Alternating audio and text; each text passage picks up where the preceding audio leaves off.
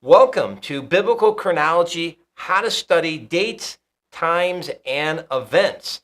So let's get started, and I want to walk you through the topics real briefly before we actually get into the training. So right now we're in the introduction. We're going to talk about recommended but not required resources, just a handful, why this matters, and then we're going to walk you through a whole bunch of searching techniques today. We're going to walk you through tools for tracking time, people, places, and events, how to search for dates both in the Bible and outside the Bible, how to search for time in the Bible, how to search for events in the Bible and outside the Bible, what to do when you get conflicting dates, also some strategies for discovering dates when Bible books were written, discover dates when individuals lived. This can be both in the Bible and outside the Bible, how to study the kings in the Bible, which is a very controversial topic, and determine dates of specific events in the Bible when possible. So this is one jam-packed webinar. I promise you there's a lot to see here. And we'll come back to this slide. Let's go ahead and jump in Logos Bible software. Here is the personal book. And as you can see, the table of contents is turned on right now. We've got everything here. And we're going to work through this one by one. So first, let's jump into the recommended but not required books. And by the way, I should add this. Let me open this up and bring it on the slide. I did a How to Study Time with Logos Bible software about 5 years ago, and this was done in version 8. And it is available now, and I would say that 80% of this I've revised and updated, but there are a couple things in there, some syntax searches and a few other things that I did not do this time just due to the large amount of information that I have with this current webinar. So having this will be a nice complement. Even though it's version 8, it's still fully compatible with Logos 10. The searches have changed just slightly, but it'll work just fine. So I want you to be aware of this particular webinar. And again, just search for How to Study Time and you'll find it in the search results. All right, so here's some recommended books. And believe it or not, in the last 5 years, this really hasn't fundamentally changed, which is sort of a disappointment with the Logos library, but nevertheless, there is a couple good resources. The first one, and probably the best one, is this one. It's the complete book of when and where in the Bible and throughout history. And the reason it's such a great resource, and I'll give you the link to that in a second here, is because it starts from the Old Testament and works its way all the way to the year 2000. And all the dates are tagged. So you can search specifically on BC and AD, and you can find the information in here, which I think is fantastic. And so I so appreciate that with this particular book. And let me go ahead and get that link to you now. Just give me a minute to open up and get that resource for you. The other thing, there are a couple other books that are out there, but this really is probably the best one, and I highly recommend it. Here's the link so you guys have that. And there we go. All right. So that takes care of that. And let's go to the next one. Now, this book is only available in print or Kindle. This has been done by a friend of mine who went through inductively and identified all the dates in the Bible and kind of worked on an inductive calendar. Very useful, wonderful resource. Take advantage of that. And I'll give you that link as well in the chat box. And so that's really good. You can't get it in Kindle. He's got some great maps and charts, a little USB drive as well. And this is a ministry for him, so pretty affordable electronically. Of course, print is always more expensive because it's a big, huge book with lots of tables and charts. All right, and then the last book is The Mysterious Numbers of Hebrew Kings. This will come into play later. I'm still disappointed that this is not in Logos yet. I wish it was. Maybe the publisher hasn't released it yet to Logos. But it's kind of the definitive book on discussing the dates of the kings. And we'll talk and touch upon this again. But if you're going to study the kings, this is a necessary book to have in your library. So just be aware of that. Okay, so that takes care of the key books that I think you'll need. There are other books that have dates and times, and if you have one that you really like, certainly feel free to post those titles in the chat box. I'm sure the other people attending would really appreciate that, as well as I would too. Now, let's take advantage of some collections that I've made for tonight's webinar. Some of these have been available before, but they've been revised. So the way to access these, and these are useful for even tonight's training, is go to Documents on the main menu and then click Public. Once it refreshes, give it a minute. And then what we're going to do is we're going to type in the name of each one of these. So the first one, and I'll give you the name here, is Chronology Timeline. So we'll go to Documents, we'll go to Public, and in the Find box, we'll paste that in there. And you should see Chronology Timeline. So just click on that link, then click Add to your docs. You'll see a blue bar appear and disappear quite quickly. And then if you click on yours, you'll see it listed there. So that's the first one that we've built for you. The second one is a little bit different. So this is called Chronology, Books with Time References. So we go to Documents and we'll paste that one in there. And this one is much more expansive. So think of the first one as more of a limited set of resources. The second one is more expanded. This will include commentaries and things like that. And then the next one is another custom guide. And this is, I'll paste that in the chat box for you. There you go. And we'll go to Documents, and then we'll paste it in there. And this is Chronology. Let's see why that hasn't shown up. Chronology, Time, People, Place, and Events. And let's make sure I actually shared that one, because if I didn't, then you can't use it. All right, so let's click Open. We'll paste it in there. And I may have changed the title a little bit. So let's figure out what I called it. And you know what? This might be, let's ignore that one for now. We'll come back to it if I need it. It might be a typo error or something else going on there. Let me just double check real quick, just in case I have a typo error. And let's try People. Yeah, don't worry about this one. We're going to do these two. So let me get this one up and running. This is what I was referring to, because I end up revising that one to two others. So here we go. And these are the other two collections. So we've got biography of people not in the Bible. So these are books that will be useful for finding people, places, events, but primarily people who are not in the Bibles. And then the other one will be books focused on people in the Bible. So those collections have all been created for you to download. Now, why does this matter? Chronology is an excellent tool for understanding the order of events in the Bible. You need that. It'll help you place individuals during specific events, but it also can help you to understand when books were written. However, and I need to stress this, dates need verification due to the various ways that dates are determined. And I'll add this, some dates are affected by certain presuppositions. For example, let's take the book of Daniel. Many liberal scholars will date the book more recent because they don't believe in biblical prophecy. And so they'll say, no, Daniel's not the author. These events must have been recorded after they took place. And so they make the book of Daniel much later. And that's a problem. So this is why you're going to see a lot of date ranges. Then other times it's just nuances. Sometimes it differs by a few months, a few years. And so now you have to get in the nitty gritty to figure out why the difference. A good example of that is the crucifixion of Christ. Did it happen in Nisan 14 on AD 30? Or did it happen in Nisan 14 AD 33? And we'll talk about that a little bit. But that's a good example where, boy, it's so close. How do you know which is the best one? And sometimes we can't know, and you always have to keep that in mind. All right, let's move to Logos tools for tracking time, people, place, and events. Now, some of this is all familiar, but I want to walk through these things focusing on time. All right, so let's go to Tools on the main menu, and let's type in Timeline. All right, and we're going to choose the Advanced Timeline tool. And when this opens up, it fills up the whole window. So here we go. Now, the most important thing to remember is really understanding what each box does. So this box at the top left is your date box. This is where you're going to put in a specific time. If you want to search for something on the timeline, then we use the Find box. Now, over here, we have the whole timeline, and we can see the different dates here being marked up. Down at the bottom, we kind of have a zoom button. So when they're farther apart, you're going to see a wider range of time range.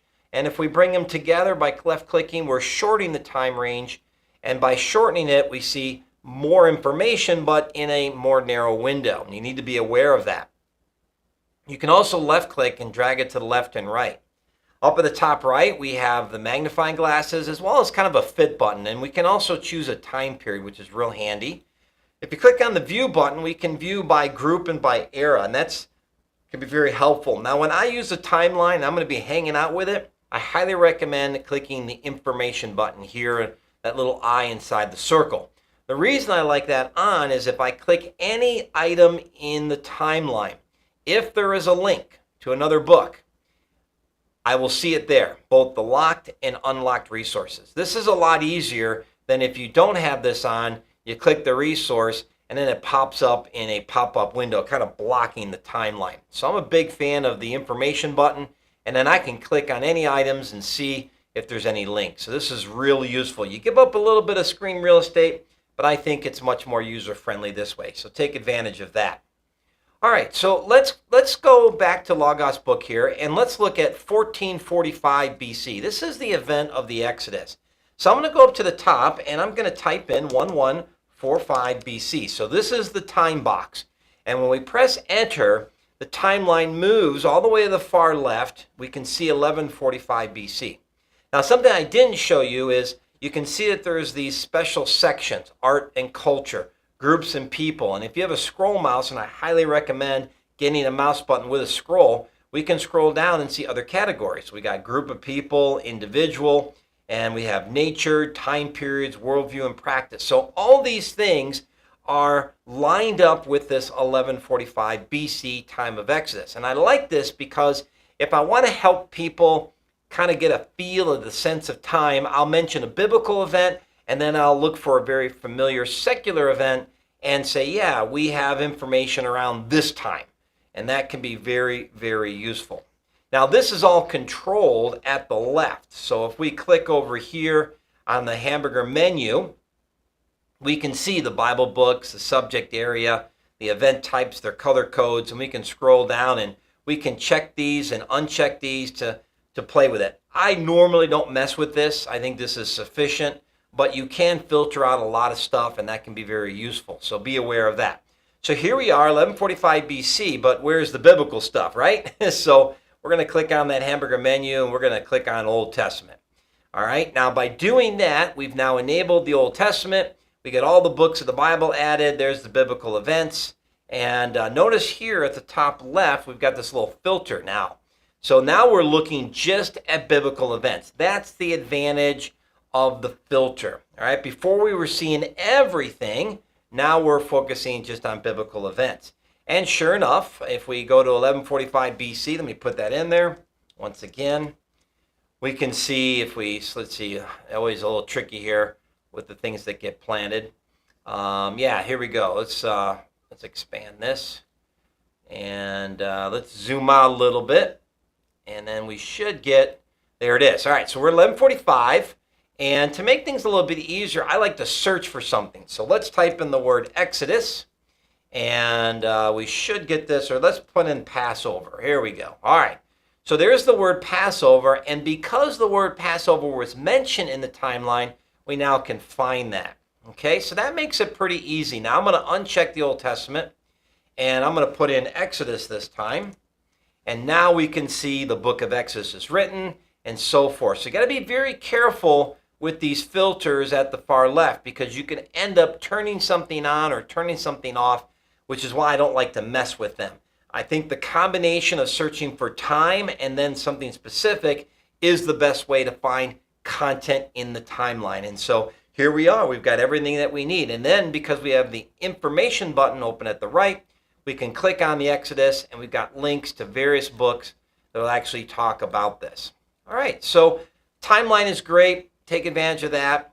By the way, if you right-click on it, you can't export it. If you click the three dots, there really is no print export. So if you want to capture something, you'll have to do a screenshot. And just be aware of that. And then when you're ready to close out your search, just click that X, and that will remove it, and you're good to go. All right, so that's the timeline. Great way to go look for information. The next place, believe it or not, is your library. Now, depending on when you got Logos, you may or may not have these resources.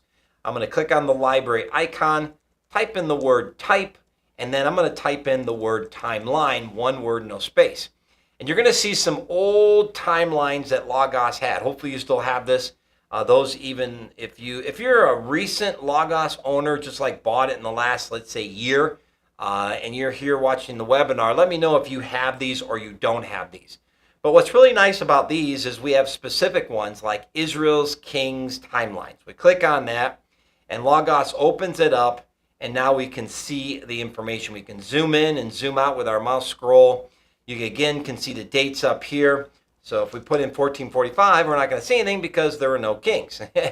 All right. As far as searching, though, you can search on the names, and the names are linkable. So if we float our mouse, you'll see that it's a link. And if we click on it, it opens up fact books. So it's slightly interactive, which is pretty handy. And if you click on the three dots, you'll see that there is no export capability.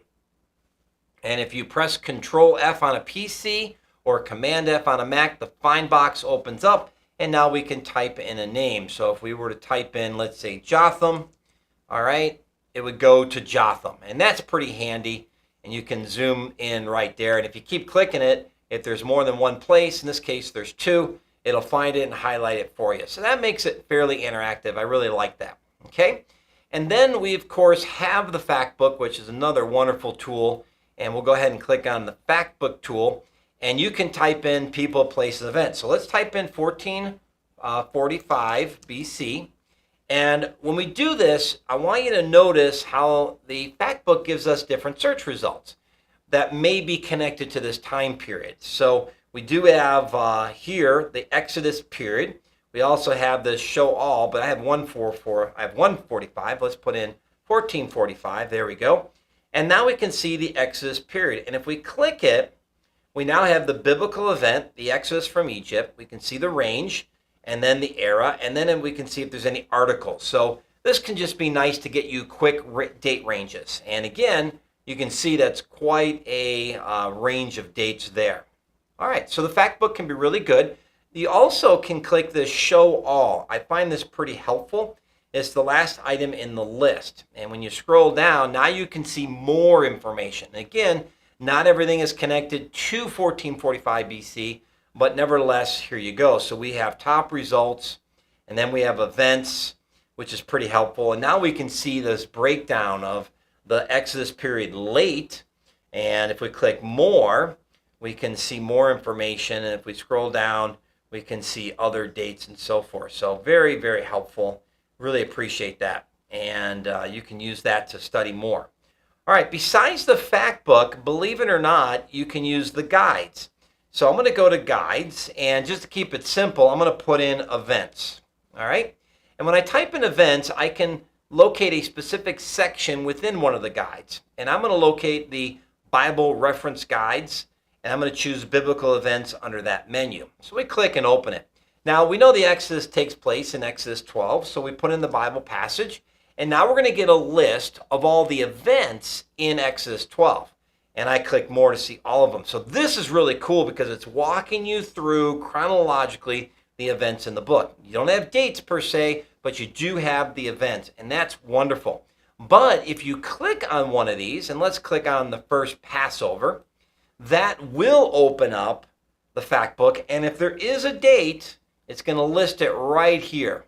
So this kind of 1-2 combination of the guide on events and the fact book, if there's a date with that, you'll see it. So we could go down to the Israelites plundered the Egyptians, and even though no date is given, we can read the Bible and go, well, if the Passover happened in 1446 BC, we're probably in that same year. And of course, a closer study of scriptures can confirm that. But nevertheless, these links take you to fact book and give you more information. So be aware of that.